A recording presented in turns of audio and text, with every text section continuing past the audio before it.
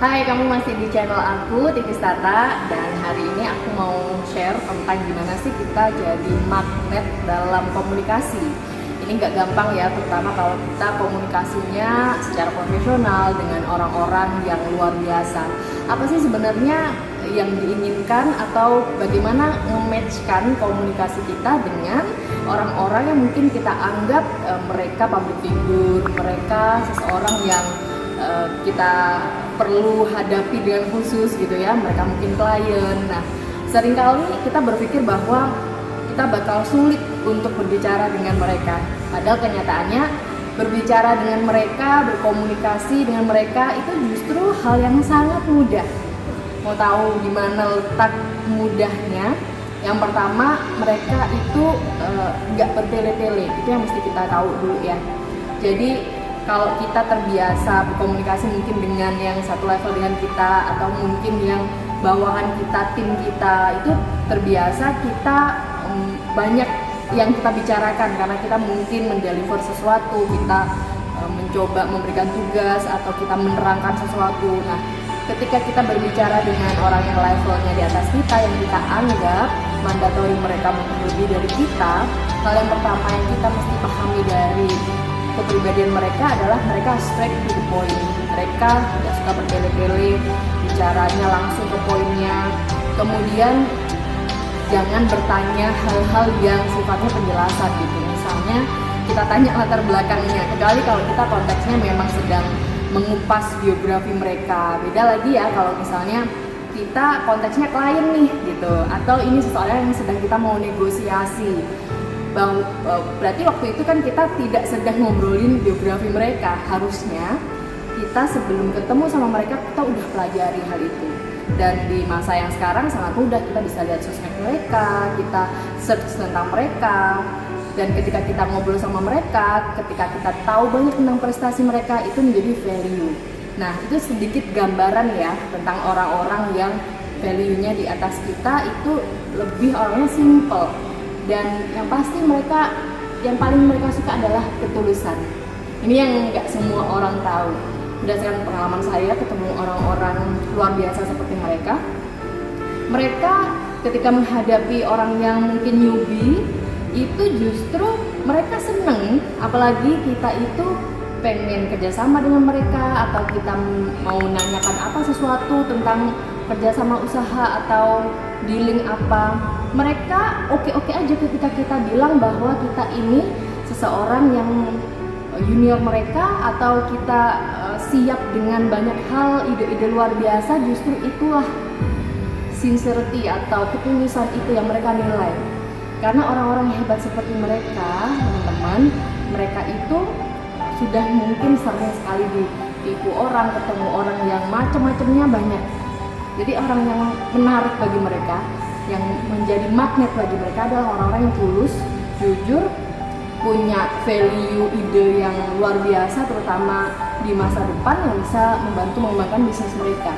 Itu yang paling penting. Nah, kalau kita udah tahu tipikal mereka seperti itu, cara komunikasinya seperti apa nih? Gitu. Nggak mudah, nggak asal ngomong aja.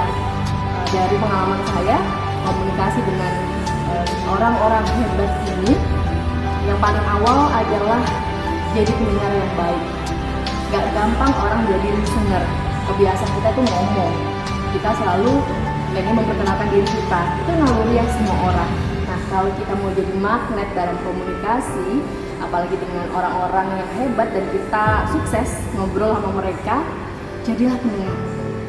Biasakan dengarkan apa yang mereka katakan, sebanyak mungkin menjadi listener atau pendengar. Nggak gampang, perlu dilatih, tapi itu akan membuat suasana jadi nyaman. Jadi terbiasalah menjadi feedback. Apa yang kita dengar, kalau perlu kita berikan sebuah feedback ya, atau kita ngomong balik, menimpali sedikit aja, kemudian kita tarik lagi ke dalam inti obrolan, singkat padat jelas. Nah, kalau kita udah jadi listener nih, kita udah jadi pendengar yang baik bagi mereka. Yang kedua adalah hargai waktu mereka. Kenapa waktu mereka sangat penting? Karena mereka ini orang-orang yang begitu menghargai waktu. Jadi pertama kali obrolan ketika kita memulai berbicara dengan mereka, tanyakan waktu mereka. Meskipun mungkin kita udah bikin janji, appointment, tapi orang-orang hebat itu selalu ada yang dadakan, menginterupsi apa yang dikerjakan hari itu. Maka biasanya saya ya, kalau ketemu dengan mereka, selalu ketika memang sudah janjian, saya akan menanyakan ulang pada saat itu, Ibu atau Bapak, hari ini jadi ya kita ya ngobrolnya ini sekitar 2 jam, antara jam 1 sampai jam 3 nanti gitu. Nah, mereka akan update tuh, oh aku kayaknya hari ini bisa 3 jam Bu Titis, atau 4 jam, atau justru sorry banget ya aku ada mendadak sehingga aku cuma punya waktu 10 menit. Saya pernah ngalamin kayak gitu, dan dengan menghargai waktu mereka justru respect sama kita. Jadi itu poinnya, ketika mengawal pembicaraan, cek ulang waktu mereka apakah sesuai dengan luang waktu yang sudah terjadwal.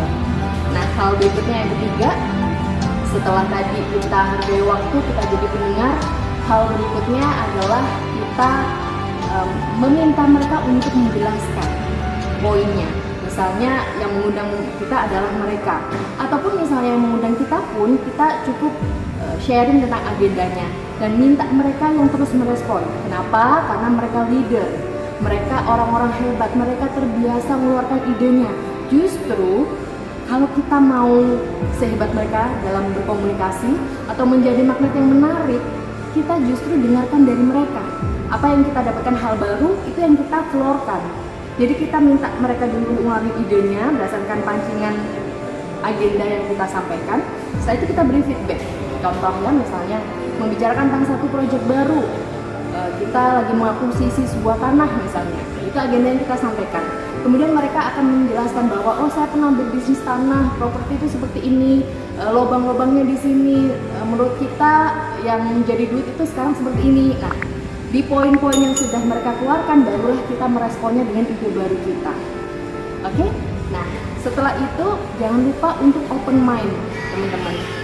Kenapa? Karena seringkali kita udah, karena punya pengalaman, kita punya pemikiran sendiri yang bisa jadi sama, bisa jadi berbeda dengan partner kita atau orang-orang hebat yang kita ajak ngobrol.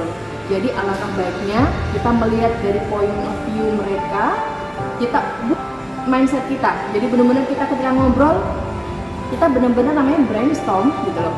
Benar-benar meeting. Jadi bukan delegasi, bukan keputusan kita yang kita keluarkan ke tim kita, bukan. Tapi ini explore. Jadi ketika mereka memberi masukan yang kita kayaknya enggak, sekarang kayaknya lebih penting teknologi yang digunakan. Misalnya mereka masih bilang oh konvensional tuh oke, gitu ya. Kita bilang aja oke. Di titik mana nih kita bisa ketemu? Saya akan cari lebih dalam apakah benar pendapat beliau, gitu ya. Jadi kita open mind. Dan yang paling terakhir yang penting, kalau kita mau jadi magnet komunikasi bagi lawan bisnis kita atau keluarga kita yang di atas kita, agar kita dapat respect, dapat jadi magnet buat dia selalu tertarik, saya mau ngobrol sama Bu Titis lagi, atau saya suka deh terakhir kita ngobrol tentang apa ya. Nah, kalau kita udah dapatkan seperti itu, berarti kita pas berkomunikasinya. Dan yang paling akhir yang perlu kita tahu, setelah kita ngobrol, kita dapetin value yang terbaru, kita berikan resume atau rangkuman. Oke, jadi hari ini kita dapetin satu ide yang nggak perlu banyak-banyak, teman-teman. Satu ide aja bahwa kita akan selesaikan satu proyek bersama ini ya. Next, agenda kita adalah ini, kapan luang? Nah, itu yang mesti kita tanyakan. Dan insya Allah semuanya akan bertumbuh, karena dari satu meeting berprogres terus menjadi sesuatu yang maksimal. Jadilah magnet dengan orang lain dengan cara berkomunikasi yang baik. Tunjukkan bahwa kita jujur dalam bekerja sama, dan yang paling penting kolaborasi dan inovasi menjadi ketertarikan dalam setiap ide kita. Selalu hubungkan dengan isu-isu yang terbaru dan bagaimana kita sangat expert ya di bidang itu, sehingga bisa terjalin komunikasi. Jangan langgar batas di mana dia sudah expert. Jadi kita harus cari expertise di luar dari yang dia udah kuasai, karena itu jadi ya ngapain kalau kita nggak berbeda gitu ya. Jadi kalau kita udah tahu klien kita expertise-nya apa, kita cari ekspertis kita yang berbeda sehingga saling melengkapi dan bisa mewujudkan usaha bersama yang luar biasa. Jadilah magnet dalam komunikasi.